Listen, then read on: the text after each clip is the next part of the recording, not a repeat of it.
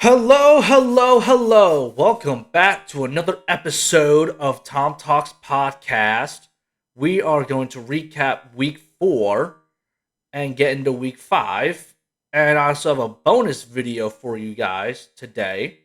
But we'll talk about the bonus video after we do all the recap stuff. So, excuse me, I'm drinking Dr. Pepper as I'm recording this video. So I'm not gonna lie to you. This probably won't be as long as the past few recap videos and prediction videos, only because I took half of an edible on Sunday and my ass was just gone.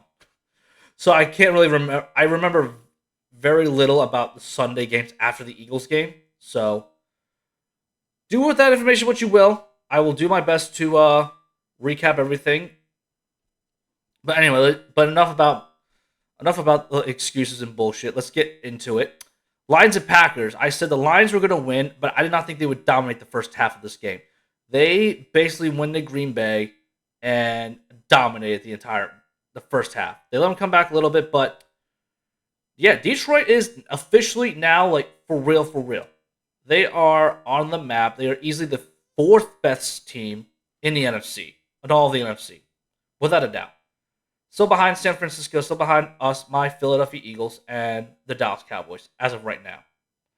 But they could be fighting for that third spot because I believe Detroit is playing Dallas sometime down the line. That will be a great game to watch.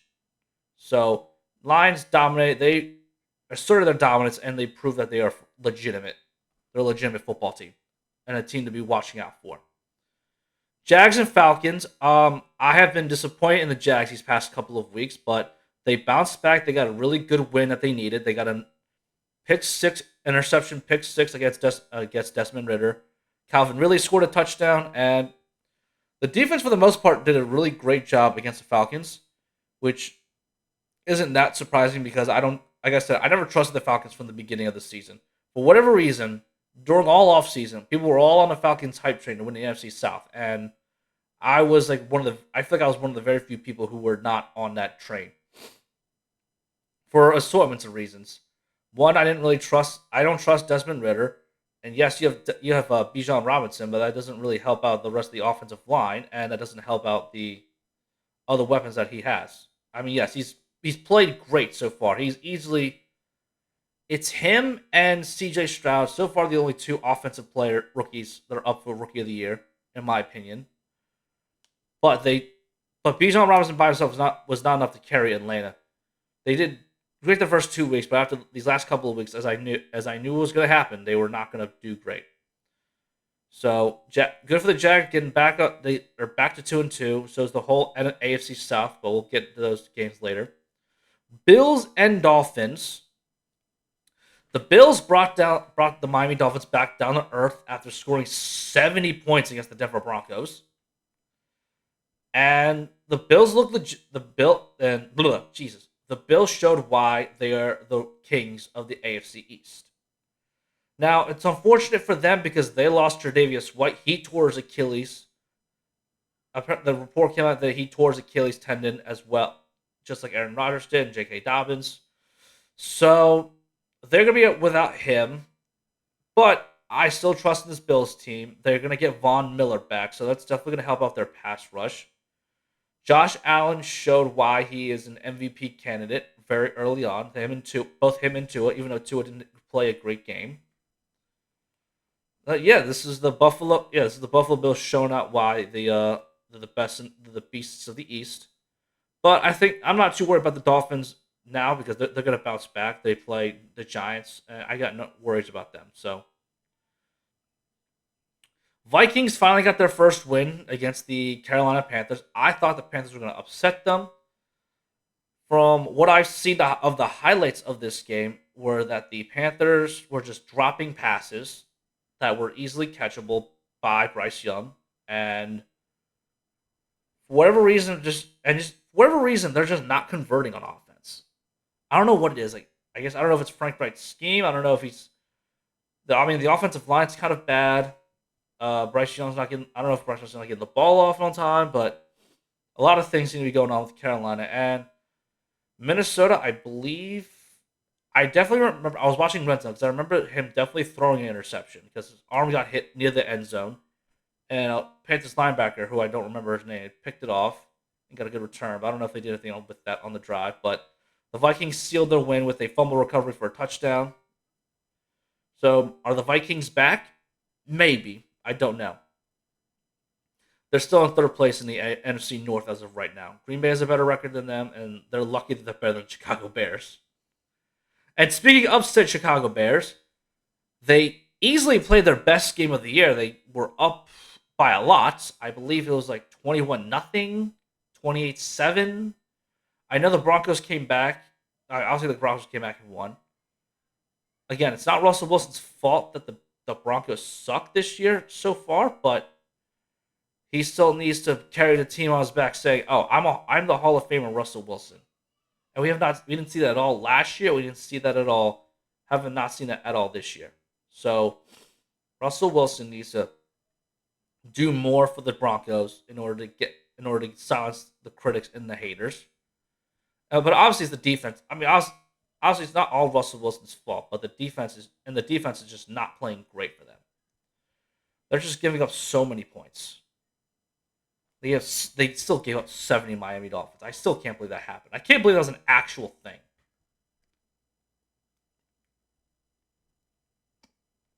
But anyway, and the Bears, they're honestly the only thing we can really say about the Chicago Bears is the whole Chase Claypool thing. His ass is getting cut or traded, and that's a bad move for them because they need all the help they can fucking get.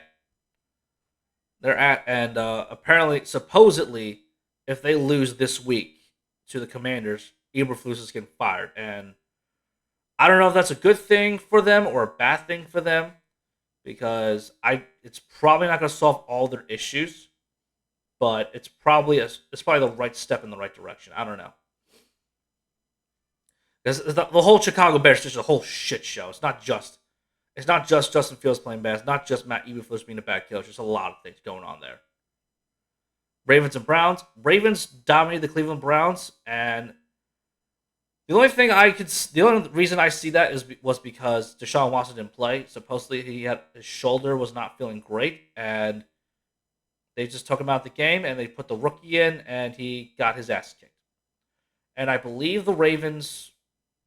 I can't say much because I didn't see the highlights, but the Ravens dominated, and Lamar had a really good day because he's on my fantasy team, and I have to know that Lamar Jackson has to have a good day.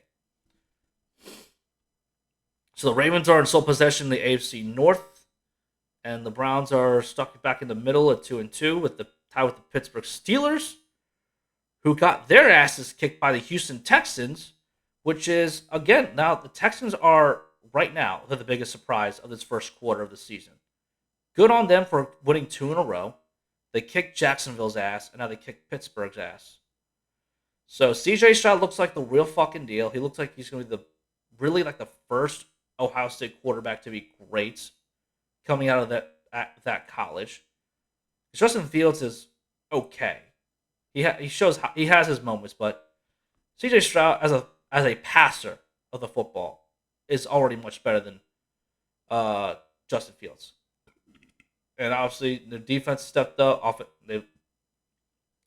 I saw that they were missing like the majority of their offensive line. I think Tunsil was on IR for the first 4 weeks, and I know they're missing I think the right tackle was not playing, and a guard wasn't playing, or is there center? I don't remember. But I'm pretty sure they're missing the majority of their starters on the offensive line, and they still put up 30 points against a good Pittsburgh Steelers defense. So I thought the Steelers defense was going to dominate that game the entire day, but clearly I was wrong. I'm sorry if you hear me like sneeze like with my nose and my throat. It's really bad allergies today because it's like 80 here in Pennsylvania, which is odd. It should be like 70, 60 degrees right now. Fucking allergies are kicking my ass right now. And I didn't pop a Zyrtec, so it's whatever. I'm just gonna have to deal with it throughout the entire video. Rams beat the Colts in overtime, so good on the Rams. Puka Nacua finally scored his first NFL touchdown after being the most dominant receiver in the first quarter of the league. Other than Justin Jefferson, this kid Puka Nacua is the next best receiver in the league.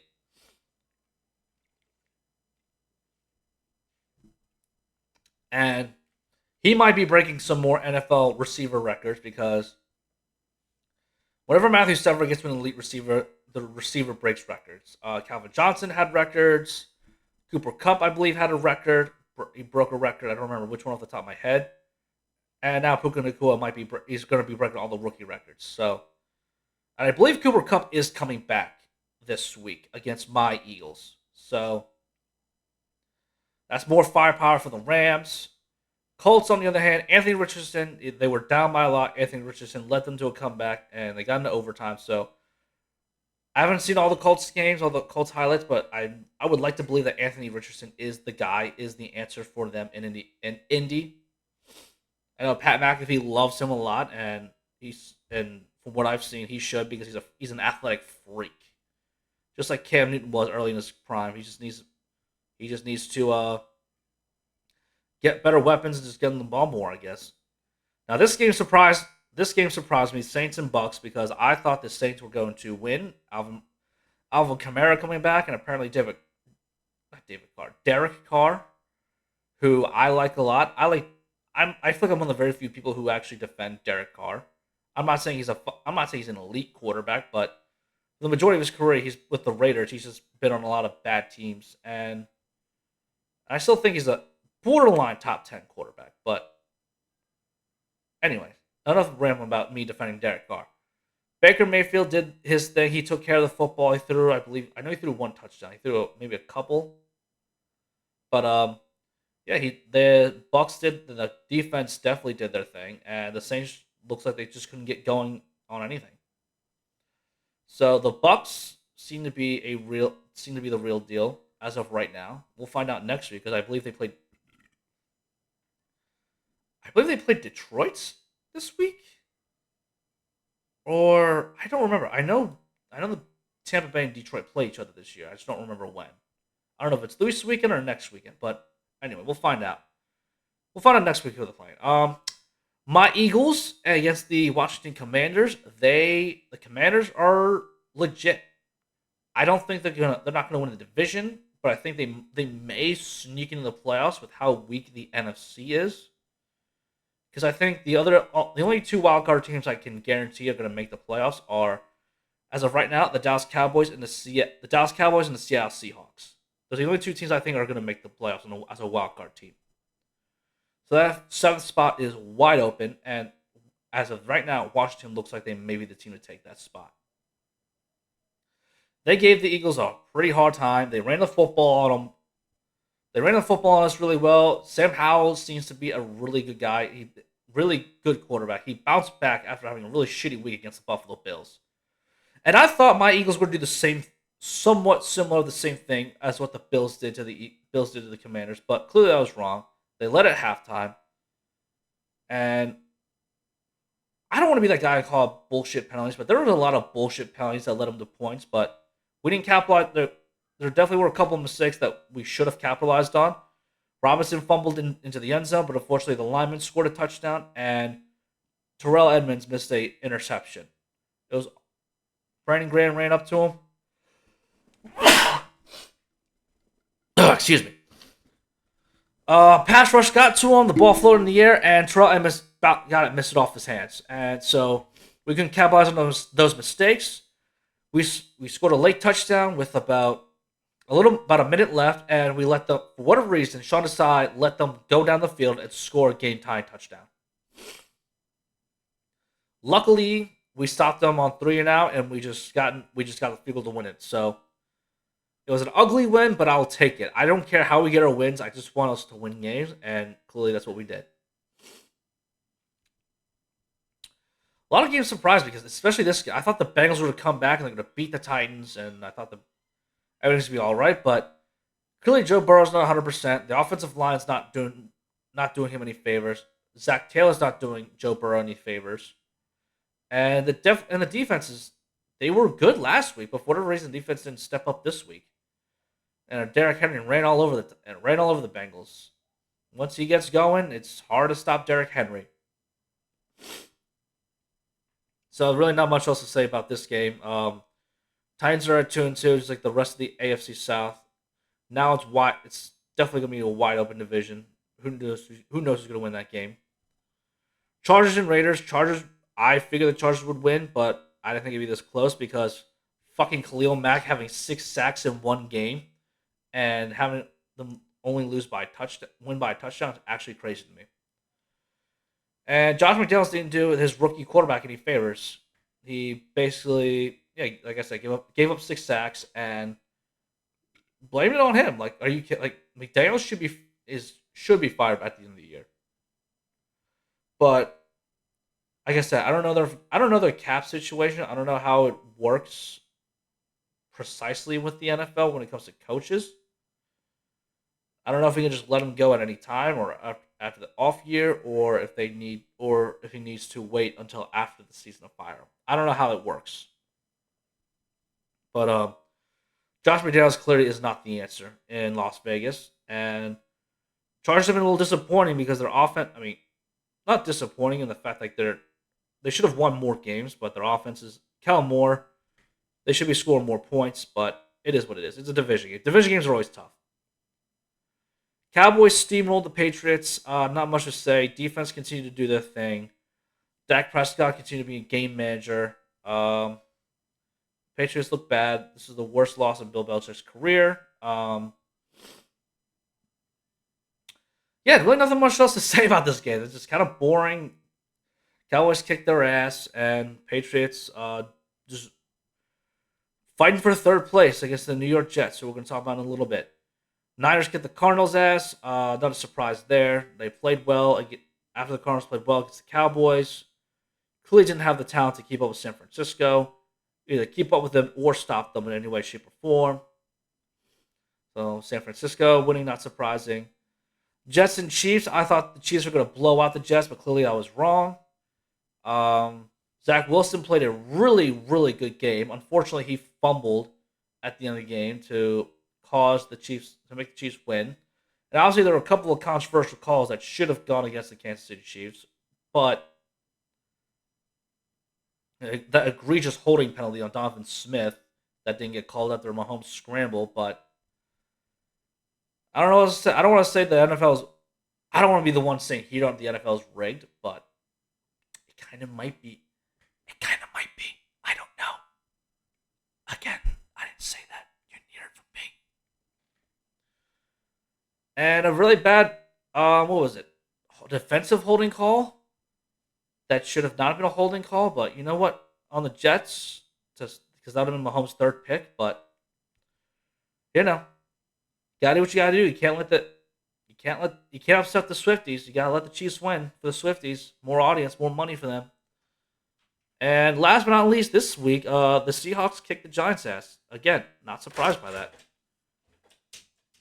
Especially, oh, did I? All right, hold on 1 second.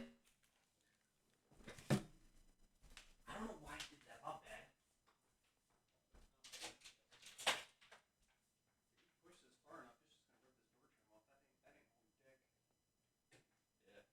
I don't know why I did that. This like that change not doing the beat.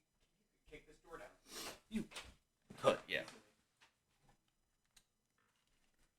You should report. I don't like that. We should report that to the people. What the fact that it's not holding it? Well, I mean, I just need to put a longer screw in it. Yeah, I know, but this. I'll just put a 2-inch screw in there. Let them deal with it. That's not our 3 inches or 3/4 of an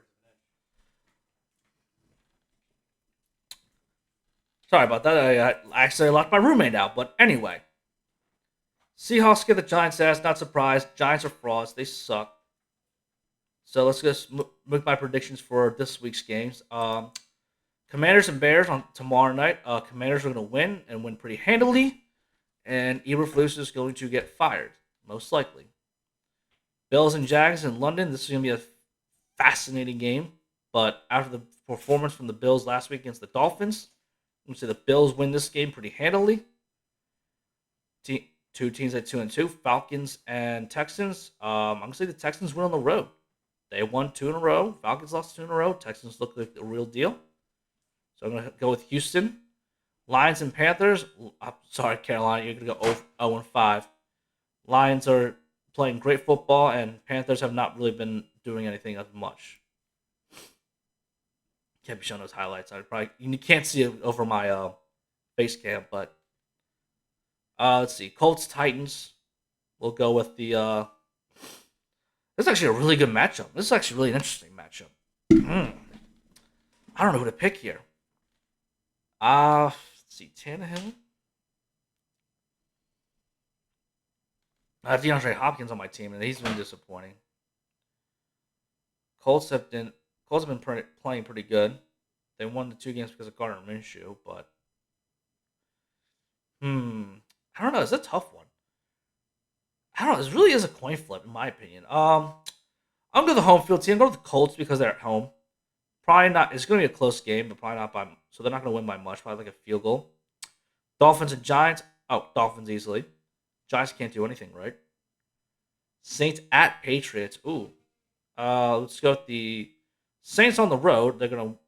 Saints are gonna bounce back after losing 2 in a row to beat the Patriots. Ooh, AFC North matchup.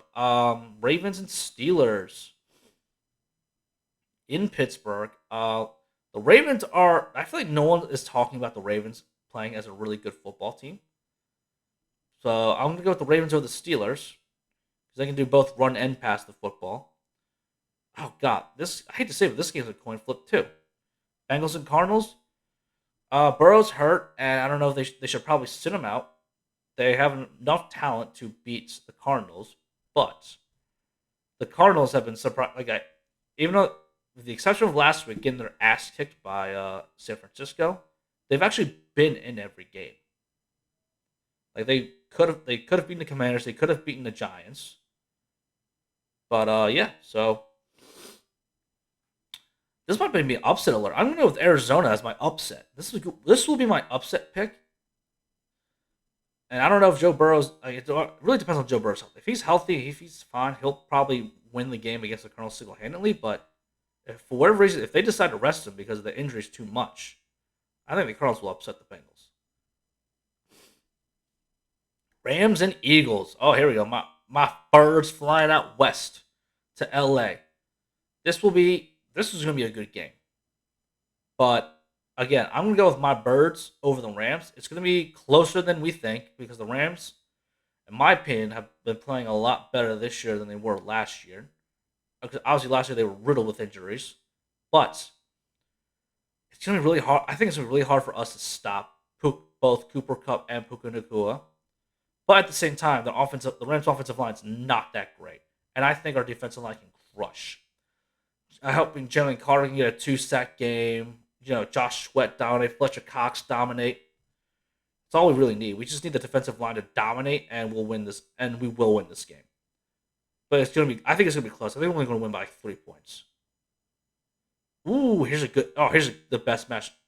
Here's a really good matchup of the week. Broncos and Jets. Obviously, it's a lot of shit talking by Sean Payton on the coach of the Broncos, saying, "Oh, Nathaniel Hackett did a terrible job coaching." So I think the Jets are gonna go. And especially with Zach Wilson playing better, I think they're just going to go in Denver and they're going to win. Because I don't see how the Denver Broncos defense is going to stop the New York Jets' offense. And obviously the Jets can stop the Broncos' offense. The Jets have a better defense. So I'm going to go with the New York Jets in this game. Another late game, Chiefs and Vikings. I'm going to go with the Chiefs easily. One of the Vikings players is trying to talk shit on Travis Kelce already. And Kelsey's going to have his fucking way with the Vikings defense. They should not. The Vikings are in no position to talk shit whatsoever. So, Chiefs are going to dominate the Minnesota Vikings. Arguably the best game of the week, the Niners and the Cowboys. Sunday Night Football. Cowboys have lost to the 49ers last 2 years in the playoffs. Obviously, they looked great this year. 49ers are undefeated, just like the Eagles are. And I think the 49ers are going to add another win to their column. I think the 49ers and the Philadelphia Eagles will still be the 2 undefeated teams left in the NFL. I don't think they're going to dominate the way they have been this entire year. I don't think they're going to score 30 points, but I think they're going to be close. I think it's going to be 27-20. That's what I think the final score is going to be. I think the final score of this game will be 49ers 27, Dallas Cowboys 20. And last but not least, Monday Night Football. The Green Bay Packers go to Las Vegas, which is quite the interesting matchup they have for Monday night. I don't know why they have this game for Monday night, but it doesn't matter. but my opinion doesn't matter. Oh, so it looks. Oh, never mind. The Bucks play the Bucks are off this week. And they play the Lions next. All right. So yeah, sidebar there. Green Bay is. I think Green Bay is obviously the better team, and the Raiders are just struggling on all fronts because I don't know. I don't know if Jimmy Garoppolo is going to come back from that concussion. I don't know if their defensive line, their defense is not going to hold them at all. But the question of the Packers' offensive line too. I don't think Bakhtiari is coming back this year. I don't know if about their left guard Shelton. I forget what his name is, but another guard was out last week, but I don't know if he's going to come back this week. But as of right now, Jordan Love is playing pretty good football, so I'm going with the Green Bay Packers this week. So that's it for Week 4, Week 5 recap. Week 4 recap, Week 5 predictions. I'm gonna catch y'all next week. Peace.